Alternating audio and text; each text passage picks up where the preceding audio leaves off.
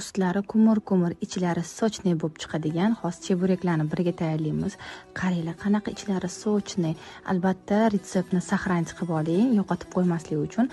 Unga tuzni qo'shamiz, ustidan 2 osh qoshiq yog' va muzli suv 1 stakan.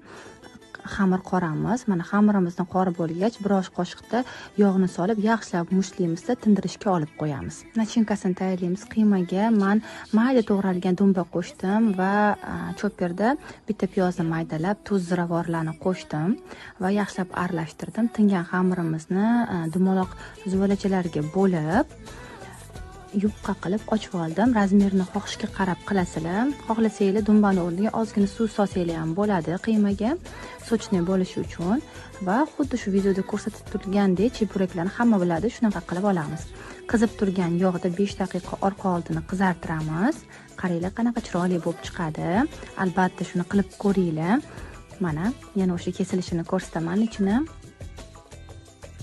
Judayam zo'r bo'ladi. Uydagilar vobshe maqtab yeyishdi. Saqlanib qilib like bosishni unutmang.